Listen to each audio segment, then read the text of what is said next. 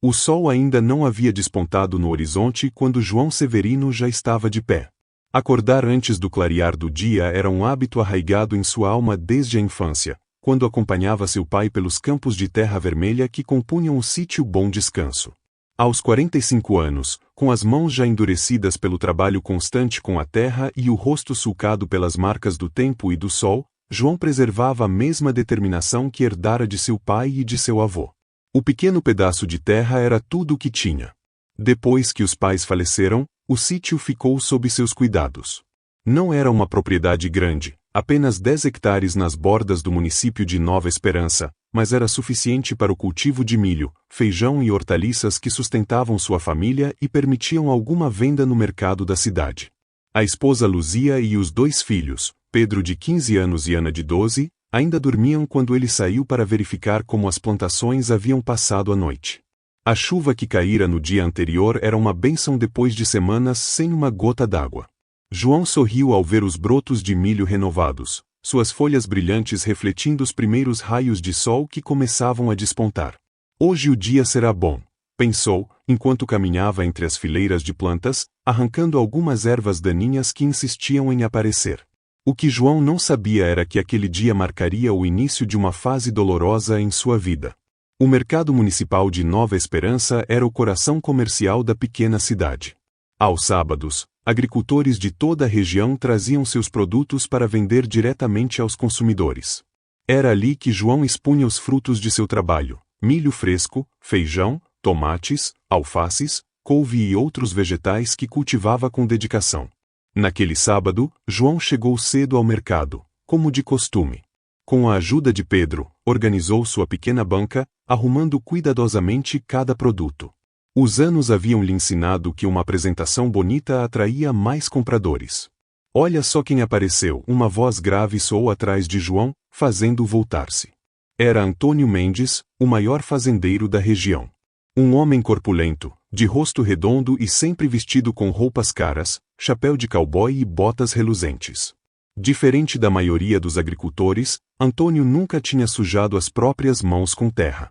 Herdeiro de vastas propriedades, ele comandava um exército de funcionários que faziam todo o trabalho pesado.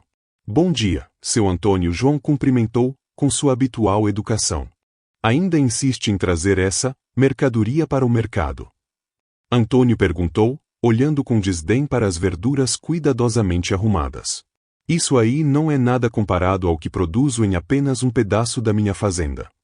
Pedro, que estava ao lado do pai, fechou os punhos, sentindo a raiva crescer. João, percebendo a reação do filho, colocou a mão em seu ombro, num gesto silencioso que pedia calma. Cada um trabalha com o que tem, seu Antônio, respondeu João, tentando encerrar a conversa. Trabalha com o que tem, ou com o que consegue? Antônio riu, autossuficiente para que os clientes e outros vendedores próximos pudessem ouvir. Se fosse um homem de verdade, já teria feito algo da vida além desse pedacinho de terra improdutiva. As pessoas ao redor pararam para observar a cena. João sentiu o rosto queimar de vergonha. Não pela humilhação que Antônio tentava impor, mas pela exposição pública. Vamos, pai, Pedro sussurrou, puxando-o pelo braço. Não vale a pena. João concordou com um aceno de cabeça e voltou-se para sua banca, ignorando as risadas debochadas de Antônio. Aquela não era a primeira vez que o fazendeiro o provocava publicamente, mas de alguma forma, a presença do filho tornava tudo mais difícil de suportar. O restante do dia passou lentamente. As vendas foram fracas, seja pelo incidente com Antônio, seja pela crescente presença de produtos industrializados que chegavam à cidade. Ao final da tarde, quando João e Pedro recolhiam o que havia sobrado, o comerciante da banca vizinha se aproximou. Não dê ouvidos ao Antônio, João, disse o velho Manuel, que vendia queijos e doces caseiros. Aquele homem nunca soube o que é trabalho honesto. João agradeceu com um sorriso cansado. As palavras de Manuel eram gentis, mas não apagavam a humilhação sofrida. Enquanto carregavam a caminhonete velha, João percebeu o olhar distante de Pedro. O que foi, filho? Por que o senhor deixa ele falar assim, pai? Por que não responde? João suspirou, procurando as palavras certas. Filho, há batalhas que não se vencem com palavras ásperas. O trabalho honesto vale mais que 1000 discussões. Um dia, Antônio vai entender isso. Pedro não pareceu convencido, mas não insistiu no assunto.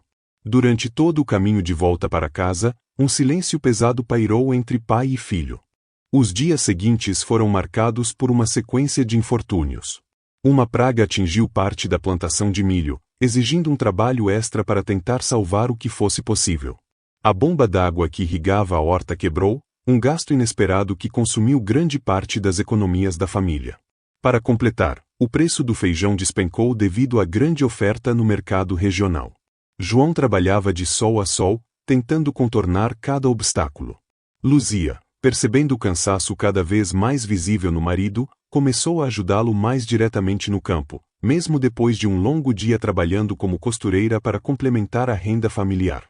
Você precisa descansar um pouco, João, Luzia dizia, preocupada com as olheiras profundas que se formavam sob os olhos do marido.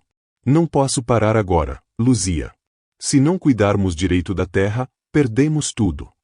A situação financeira, que nunca fora abundante, tornou-se cada vez mais precária.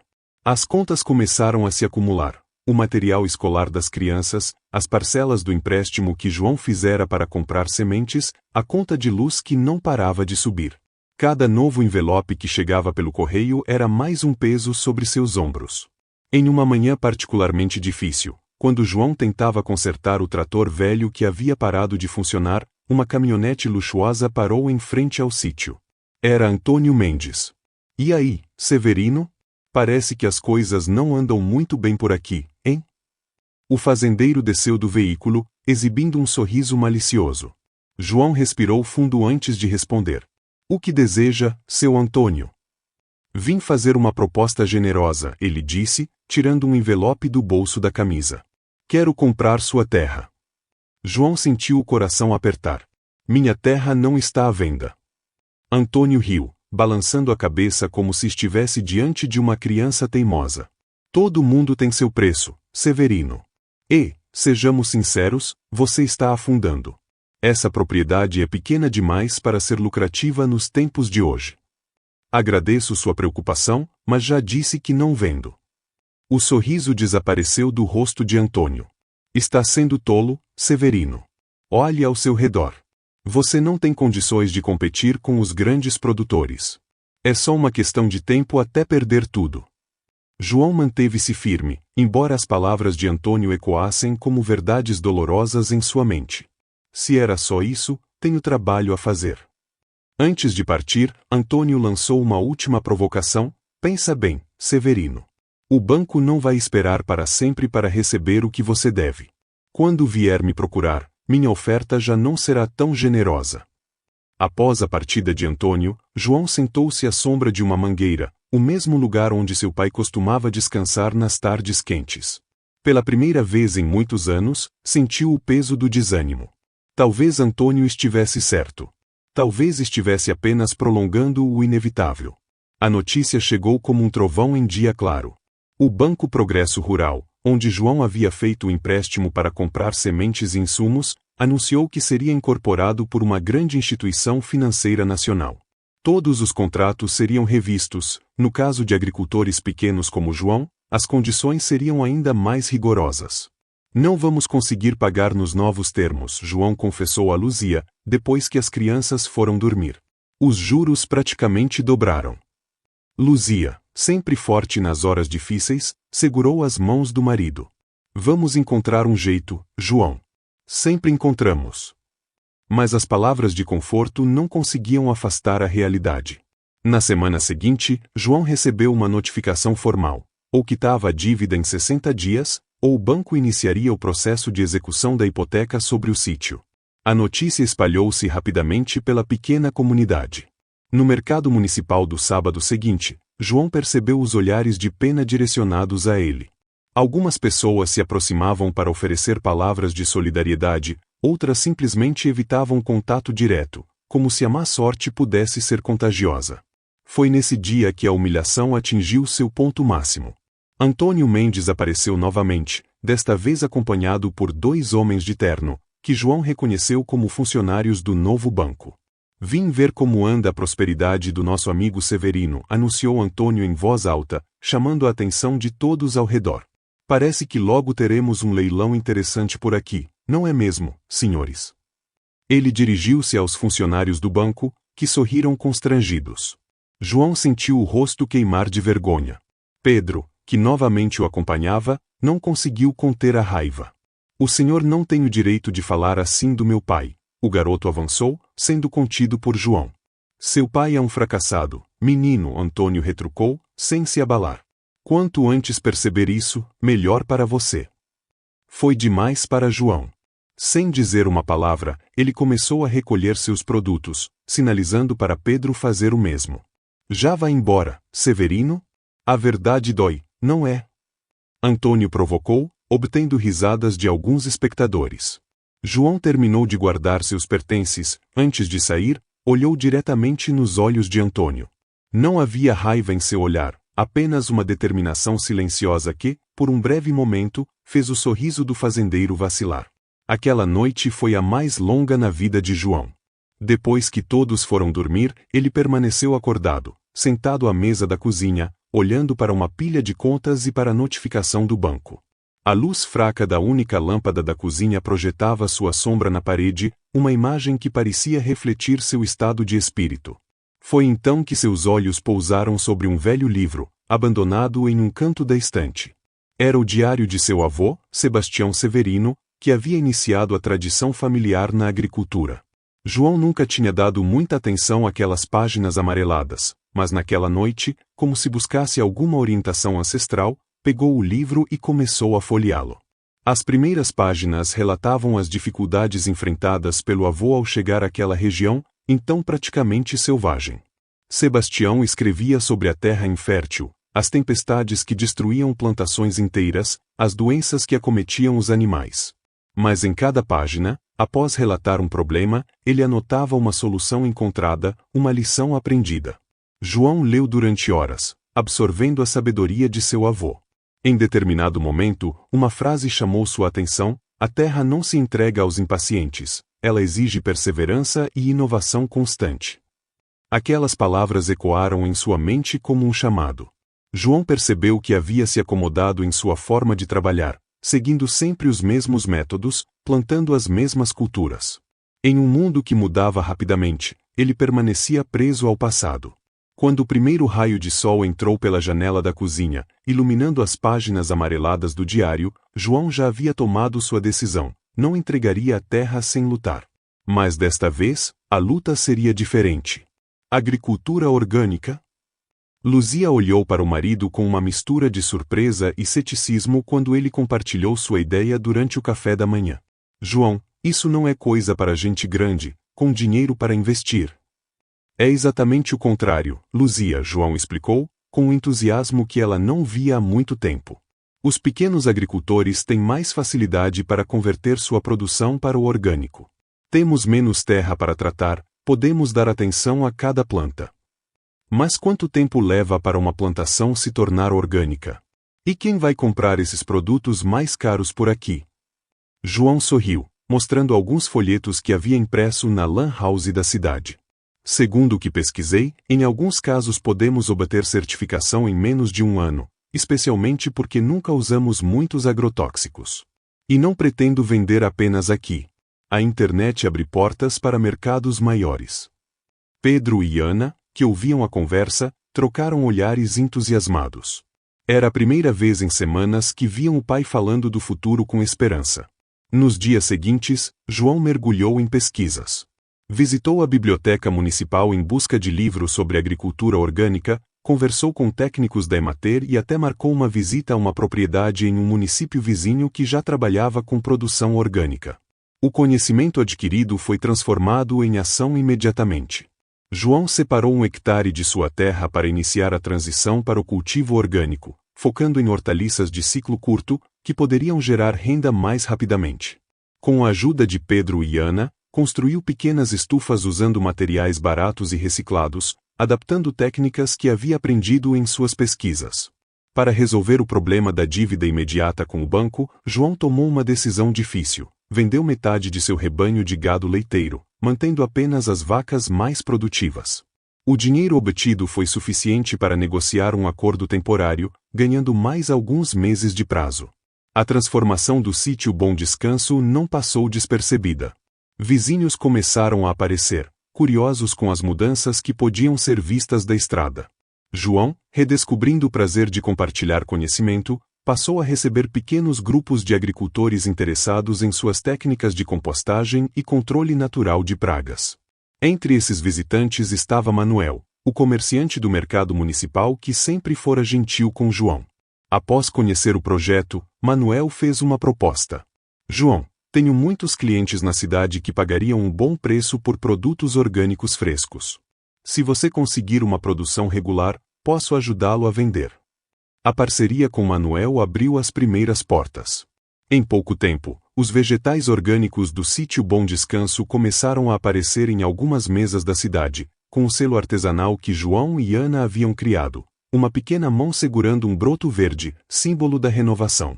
Mas o caminho da recuperação estava longe de ser fácil.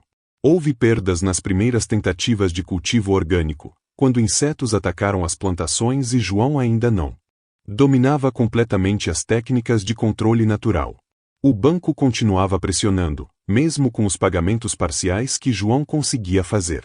E Antônio Mendes, ao saber das mudanças no sítio, intensificou sua campanha de descrédito. Orgânicos? É só um nome bonito para vender produtos feios e caros, ele comentava no mercado, tentando influenciar os compradores. Apesar dos obstáculos, João seguia firme em seu propósito.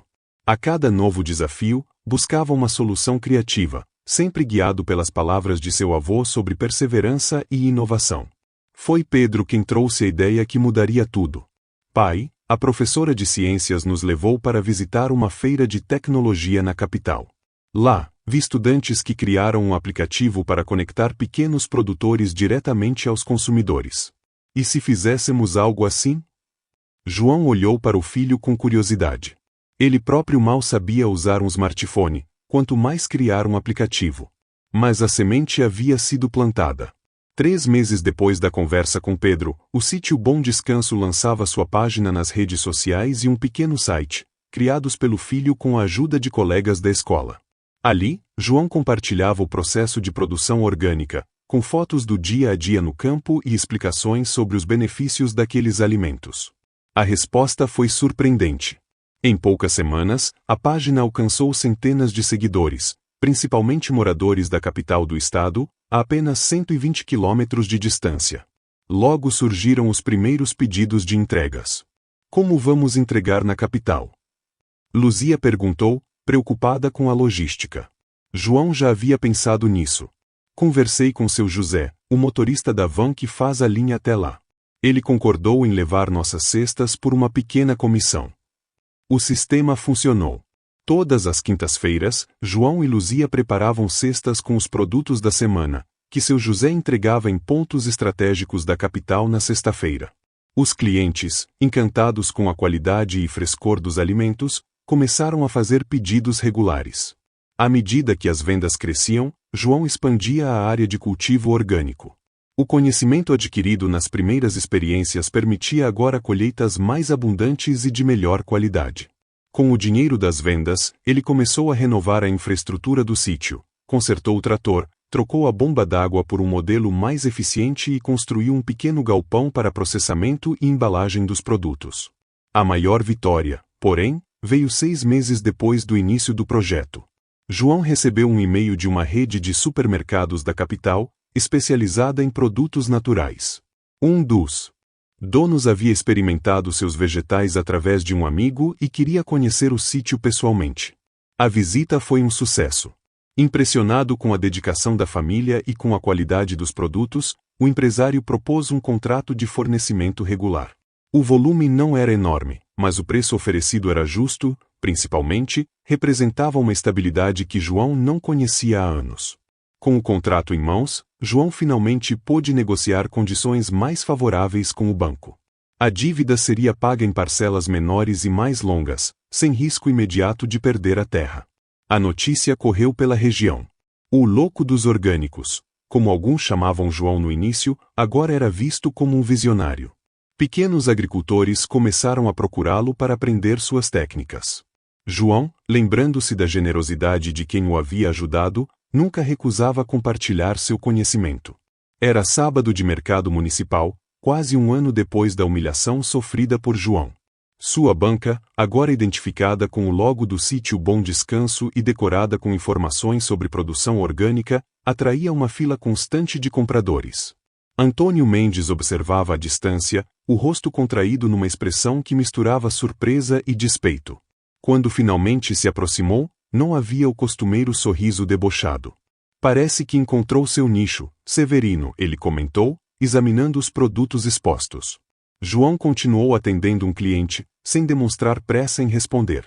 Só quando terminou o atendimento, voltou-se para Antônio. Encontrei meu caminho, seu Antônio. Cada um tem o seu. Esses produtos orgânicos, é só uma moda passageira, Antônio tentou provocar, mas sua voz carecia da convicção habitual. João sorriu. Pode ser. Mas enquanto durar, estarei aqui. E quando mudar, encontrarei outro caminho. O fazendeiro pareceu desconcertado com a resposta serena. Por um momento, ficou sem palavras. Finalmente, murmurou algo inaudível e afastou-se. Pedro, que assistia à cena, aproximou-se do pai. Ele não parecia tão arrogante hoje, né? João assentiu. A maior vitória não é ver os outros caírem, filho. É permanecer de pé quando todos apostam na sua queda. Naquela tarde, quando o movimento do mercado começou a diminuir, João recebeu uma visita inesperada. Era Clara, filha de Antônio Mendes, uma jovem de 20 e poucos anos que havia recentemente retornado à cidade após concluir seus estudos em agronomia. Senhor Severino, ela se apresentou, timidamente. Acompanhei sua história pelos comentários do meu pai, queria conhecer seu trabalho de perto. Estou pensando em iniciar um projeto de agricultura regenerativa em uma parte das terras da família e gostaria muito de aprender com sua experiência. João olhou para a jovem, reconhecendo nela uma sinceridade que nunca vira no pai. Com um sorriso acolhedor, respondeu: será um prazer compartilhar o que aprendi, Clara. Nossa terra precisa de mais pessoas dispostas a cuidar dela de verdade. Enquanto caminhavam juntos para conhecer os produtos, João sentiu uma profunda sensação de realização. Não apenas havia superado suas dificuldades, mas agora servia de inspiração até mesmo para a filha de seu antigo adversário. A humilhação do passado já não doía mais. Como as sementes que plantava diariamente, ela havia se transformado em algo novo, a força que o impulsionou a encontrar um novo caminho, a semear não apenas alimentos saudáveis, mas também dignidade e respeito. E essa, João sabia, era a colheita mais valiosa de todas.